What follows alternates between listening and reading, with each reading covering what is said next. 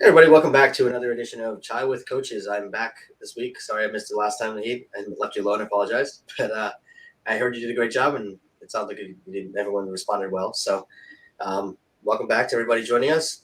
Today we're talking about a pretty interesting topic. Naheed, you want to tell us what that's about? Yeah, so many times we do things, right? We say yes to things. We want to do things ourselves. And the question is, what is the internal motivation for doing it? Are we doing it from a place of kindness? Are we doing it because we are intrinsically wanting to do it? Or is there some external motivation or some different motivation, I should say? It doesn't necessarily have to be external, but some different motivation that causes us to say yes or to want to do things that might not be in alignment with who we are and how we really feel. Yeah. When you said that, when I think of what comes up for me is like the idea of obligation. We talked about this briefly. Everything's perceived, and it's perceived obligation that you have to do this. I have to be the one to do this, or I have to honor my obligation to this, whether it actually is an obligation or not. It's a different conversation. But it feels like it's a responsibility sometimes to do things because in your relationship to either another person or an entity of some sort, it makes you feel like you have to be the one to do something that, as opposed to just doing it because it's something you're drawn to do or want to do. Yeah, and family especially have a way of pressing those buttons, right? Yeah, around holidays, especially now, the holidays are coming up. Thanksgiving's coming up, Christmas time. Just the holidays in general, whether you celebrate those or not. That period of time, people tend to see family a lot more because you have a lot more vacation time and whatnot, and you want to spend time with people you haven't seen in a while. And other times, you're obligated to spend time with people you haven't seen in a while, and so that whole thing comes up where family's like, "Well, so, you know, how's this going? How's that going?" And the way they ask it, it's like that tone where it's like, it's almost like a jab. Passive aggressive. It's that passive aggressive jab where it's like, "It's going fine. Thank you for asking." And even that response is like really like, not really. I know what you're doing. I'm not going to buy into it, but then they got to keep pushing, and it's really fascinating Right. how that comes across a lot of times. And My favorite, sorry to interrupt, go ahead. no, I'm My saying it's always fun to deal with that. Go ahead. My favorite is when people say, "Oh, you look really tired." Okay, once or twice I probably do look tired, but on an ongoing basis, "You look really tired." I'm like, "No, my life is going fine. Thank you very much." Like, what are you supposed to say? And so yeah, there's always that, like underhanded way of trying to be able to say something that you wouldn't come right out and say isn't a compliment or is, a ding, basically. So they have to find an underhanded way of saying it. And you're like, how did that make you feel? Like, did it make you feel any better for saying that? But family, we probably do it too, right? I know that I am guilty of it. My husband calls me out on it, and so we pick up these patterns and exactly how I was raised and the certain expectations that I had that I picked up, right? I didn't pick up the whole universe of expectations, but the ones that I picked up, then all of a sudden now I expect everybody else in my orbit to actually go along because to me that's perfectly reasonable, right? True. I only have reasonable requests. Absolutely, everything's personal. Everything we say is reasonable, right? No Exactly. matter what. I mean, even if it's the most unreasonable thing ever to someone else, it's reasonable because we said it. You know. But I'm wondering. So as this taking it back to like work situations or to business situations. When you have a client that's asking you to do certain things, and I have one client right now who I talk with a lot, and he feels obligated, and it's an obligation for him to go above and beyond every single time. He loves to serve his clients, loves to make his clients happy, right? But regardless of the number of hours the client's paying him for, regardless of how little or how much either way that they're paying him, he feels obligated to work for them to no end. So, like for example, he gets paid 10 hours worth of work of payment, and he routinely does 20, 30 hours a week for people, and it's just like, dude, that's not sustainable. What makes you want to do that? Well, he's like, well, I got to serve my client, right? He's like, don't I have to deliver amazing service? I'm like, you can deliver amazing service in 10 hours a week. You know what I mean? Like, you don't have. They're not paying you for full time. They don't get you full time. And it's about that respecting yourself and having that boundary between you know, taking that kindness thing. Kindness is one thing, but if you're getting paid for what you're doing, then you're not doing it for kindness. You're doing it because it's your job, because it's your livelihood, right? And there's nothing wrong with taking money for earning money, right? For doing work. And I think people have this idea in the back of their heads that's like, oh well, I'm a bad person if I ask for money for additional hours that I'm putting in because they're already paying me. And it's a fascinating kind of paradox people have in their heads. Yeah, so I have to say I've fallen in that trap in various different ways throughout my coaching career, let's just say. And luckily, I have a coach who really shines the mirror, holds it right up at me, and he's like, "Okay, so who's this about? You or the other person?" Because ultimately, it's not. It ceases to then be about the other person, and it becomes, well, what opinions am I trying to, I'll use a strong word, manipulate the other person to think about me, right? I want them to think X, Y, and Z about me. And he keeps reminding me that now it's not about the client. So don't even try to use the client as the excuse. It's Yeah. become all about you. And It was it always was never about the client, exactly. And then you have to figure out, well, what's that insecurity? What's that doubt? What's that fear that's causing feelings to come up, right? Because we tend to do those types of things when we somehow or the other aren't fully clear about the value we're providing, because we feel like, okay, the more we throw in, the more we throw in. Now, eventually, somebody's going to see the value. yeah. Yeah, and that's exactly what it is. It's a matter of it's your own internal dialogue that's telling you like, oh, you're not doing enough. You're not doing enough. The client has to like you. Like, you have to make them like you. And Right? it's not the client at all. The client can tell you. The client can straight up tell you, "Hey, I love you. You're doing amazing work. I love what you're doing.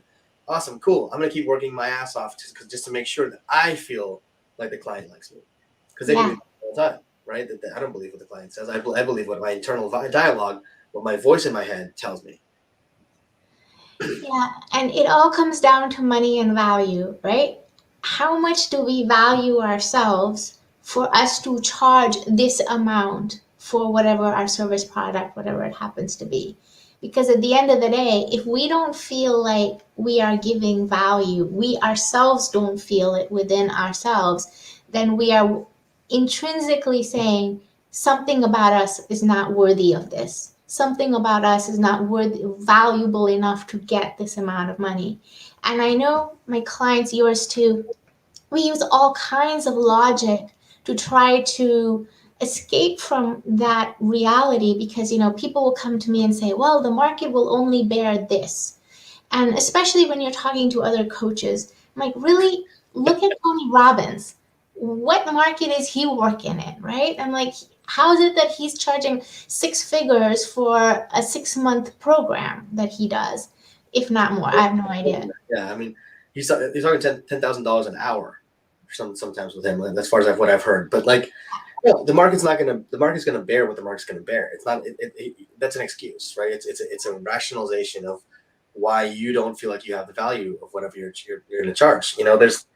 There's people out there. I hesitate to use the word coaches because they're not, but the people out there who are charging a couple $1,000s an hour, and I've seen the work that they do, and no offense to them or their clients, but they're not doing great work.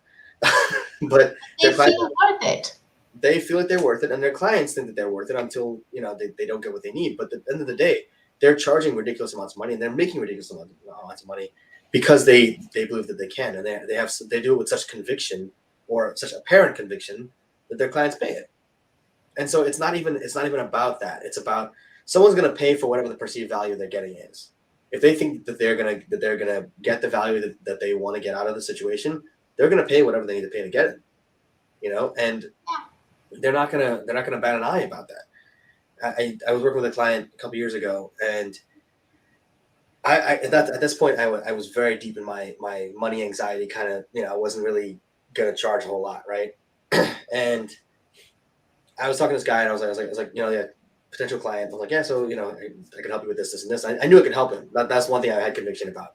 What I didn't have conviction about was how much I should charge him. And so I was trying out these things. I was like, what's your budget look like? What are you looking at to charge? And he's like, well, he's like, based on what you're telling me, I could probably, I'd be willing to pay you up to $20,000 for 6 months. And I'm like, I'm sorry, what now? because that was way, way more than I was ever going to think about charging this guy, right? At that point, I was doing hourly and I was charging $350 an hour. And I was like, that sounds about right. That's exactly what I was thinking of, right? We're on the same page. We're on the exact same page. That sounds perfect. And then after the call, I was like, what in the hell? Like, that's way more than I ever thought I could charge someone, and that's where that number came from him. That number would never have come from me at that point in time. And so being able to see that kind of was like an eye-opening experience for me. Granted, I didn't change my pricing effectively until, a year and a half later, but that was just the fact that the people would be willing to pay that was just mind-boggling to me, because I was in the mindset of like $350 an hour is a lot, right? Like what I was charging, I thought that was a lot of money, and some people it absolutely is. But I mean, that concept of like I have to deliver a certain amount of value, and I'm worried about what I'm going to charge or whatever. That's all in our heads. That's all internal dialogue. And what the market's going to bear. That's also another excuse. The market's going to bear whatever's. I mean, I think the last year and a half, 2 years, honestly longer than that. But if you think about, just look at the crypto markets and the NFTs and all this kind of crazy stuff that's been going on recently with that market, that shows that the market's going to bear ridiculous amounts of things, because people are paying millions of dollars, hundreds of thousands of dollars for stuff that otherwise has no intrinsic value. It's all extrinsic. It's all whatever people say that the value is. Mm-hmm. So that's a perfect example of that. Yeah, and it's interesting because people can visualize it, they can capture that philosophy for external stuff.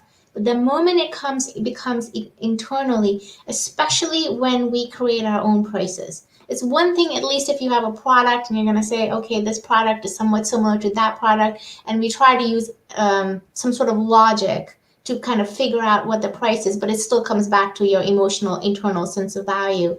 But the minute we go into creating our own price, I'll tell you where I started, $65 an hour. That was my money issues. I was starting right at the bottom, and I'm like, okay, let me go from 65 to 85. Yeah. I started at 85. The only reason I started at 85 was because that's what I was making as an IT consultant. I was like, okay, I can base my income. If I can do that, I'll be fine. So $85 an hour, great, I'll go with that.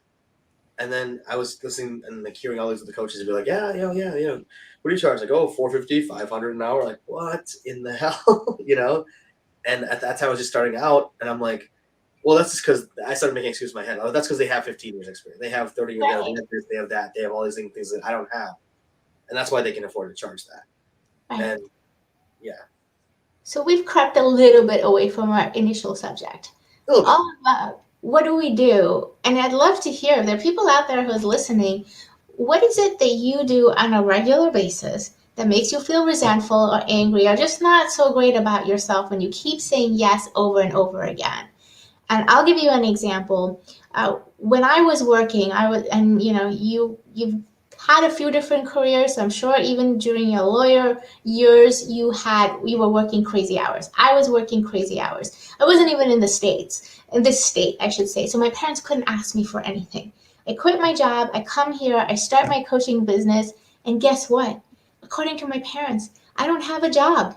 I don't have anything to do in any part of the day other than pick up the phone when they need a ride to the airport, pick up the phone when they want something. And I want to also add, my parents are my biggest supporters, okay? So I hope I'm not overly dumping on them. But that was exactly the belief, is that you need a ride in the middle of the day, somehow or the other I can rejigger it. And granted, it was in the beginning of my career, so yes, I had a lot of free time. But I was trying to do client development, right? It didn't mean that I didn't have a client in front of me, but I was actively working on various aspects, including my certification back then. And that's more work than like actually serving clients. Is client development. It's much more work than actually working with clients. It absolutely is. And so finally, my parents missed a flight. No, something happened and they couldn't catch their flight. So they got redirected to an airport where they hadn't parked. And they arrived at 3 a.m, okay? And so my brother, who had a proper 9-to-5 job, he couldn't go and pick them up because obviously he had work the next day. But I, on the other hand, was clearly free in the middle of the night to pick them up. Yeah. And so the whole minute it was National Airport the whole way there, and I'm like, I'm not gonna argue, I'm not gonna fight, I'm not gonna argue, I'm not gonna fight. So what does law of attraction do? The minute my parents got into the car, I exploded. I'm Yeah. like, I'm not here at your beck and call. I'm not here just because you think I'm available. Yeah. And we all have those, I'm sure, from time to time. Oh yeah. No, I mean, my parents are recently, they in the last, I'd say the last year, they've kind of come to terms and like started to understand more about what life is like as a business. They still don't, but No, and they never will. It's they if never, you're no, they not never done will. it, you can't No, realize. not at all. But yeah, my I was less about that. They built themselves up everywhere. They were pretty independent in a lot of ways. Where they were not independent was technology, and still is technology. So they would be in Canada, and they'd call me, "Hey, my computer's not working. I have a call. I have to be on in like 20 minutes. Yeah, but just help me with the computer. It'll be really fast." And it's never fast, ever, not even close. And that's all the information I have, by the way. My computer's not working. What's happening with it? It just won't turn on. Okay, I need more. Like what? What am I supposed to do with this? I'm 600 miles away. What am I supposed to do with this exactly? And I have a call in 20 minutes. Oh, sorry, 17 minutes now. And it just keeps it just. But yeah, no, it was very similar. It's very similar. And you feel obligated because like I got to pick the phone. My parents are calling. I have to get the phone. I got to pick the phone. I can't. What if something's wrong? What if this? What if that? So you start creating these stories in your head of why you have to do certain things and why you have no choice. But there's always a choice, right? There's always the ability for you to say, "Hey, I can't right now," or just straight up no. You know, um, but we to your point earlier, we don't do that because it's not because we're altruistic, right? It's because we are going to feel bad about it ourselves. They'll get over it eventually, right? They'll figure this stuff out. And reality is we have responsibilities. They understand that at the end of the day, but we don't want to feel bad about it. And we're going to feel bad if we say no. We're going to feel bad if something goes wrong or whatever, if we're not there for them. And then God forbid, they tell you about it later, then you feel even worse. You're trying to avoid that. And then we yell at them, not because we're upset at them. It's because we're upset because we let ourselves get to this point where we're now feeling worse than we did before.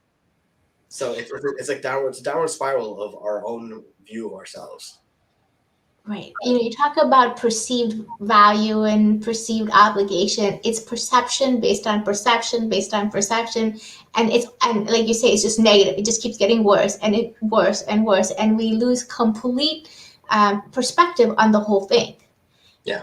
And that's exactly what happened when I blew up at my parents. It's just there was no perspective by that point because I was so angry with myself, like you said, with them for continually, in my opinion, disrespecting me. It's always like I'm the eldest, and so this was my dad's excuse. Well, you're more responsible. I'm like, well, I'm putting the white flag up. I am going to be irresponsible from this point onwards.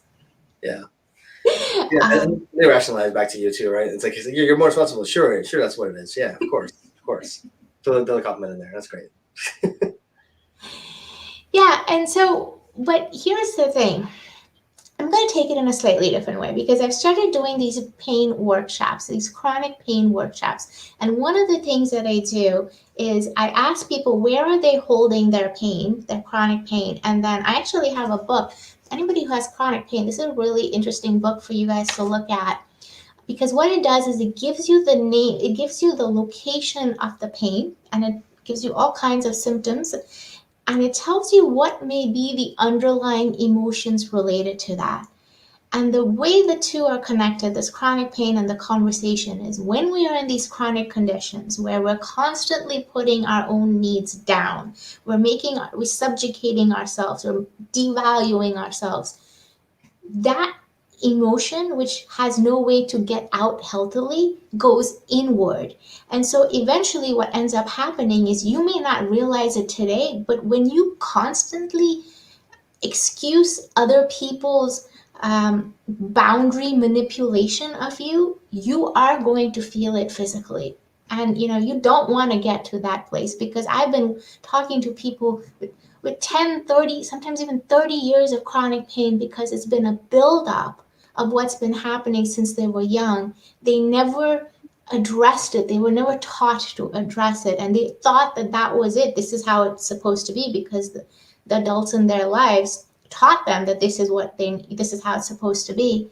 And it's only now that they're dealing with significant physical issues. And so it's another motivation for me to really be mindful of what am I allowing in my body and my energy and how am I handling it. I don't always handle it the best way, I can guarantee you that, but I choose to at least handle it and not ignore it.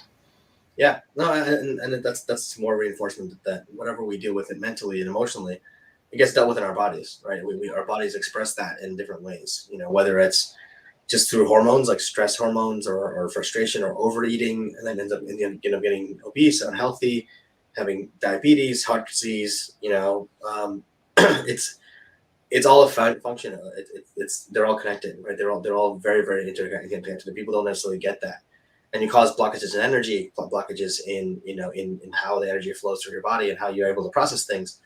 And I did an exercise with a client a couple years ago where I was helping them through some emotional stuff that they were dealing with on the personal side of things. And he had a way of just trying to bottle everything up all the time, right? So he wasn't dealing with it.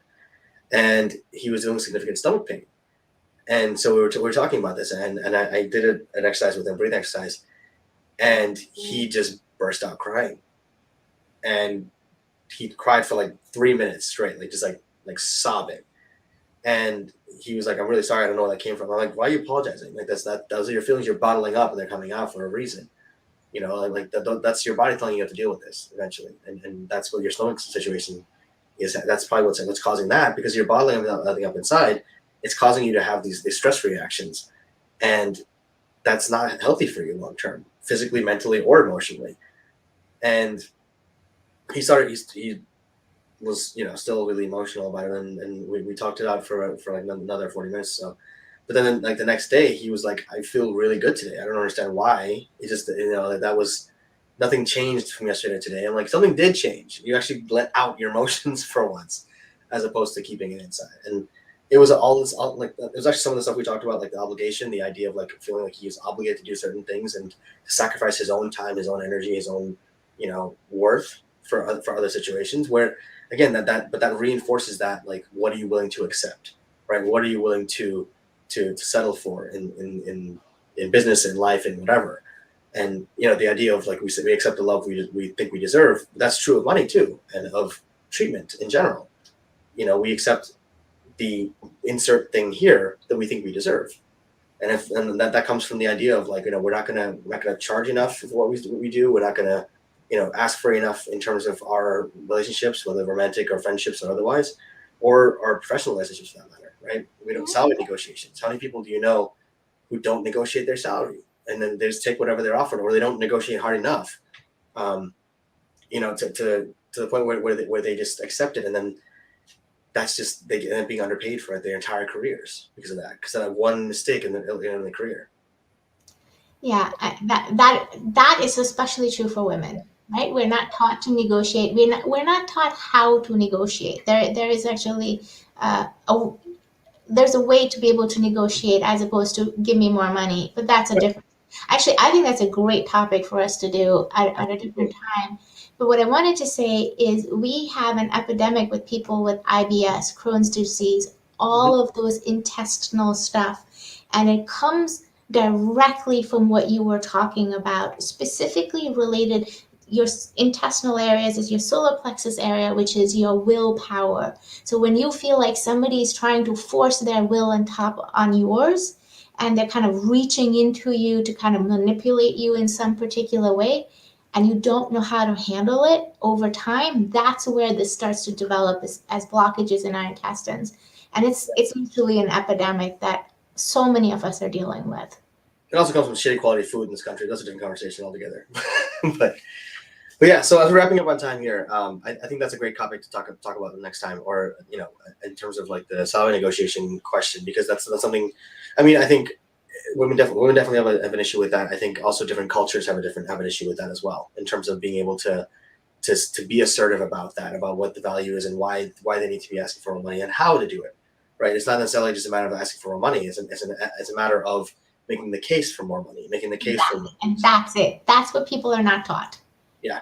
So yeah, as we close up here, folks, anyone who this resonates with, please feel free to share this with other folks in your network.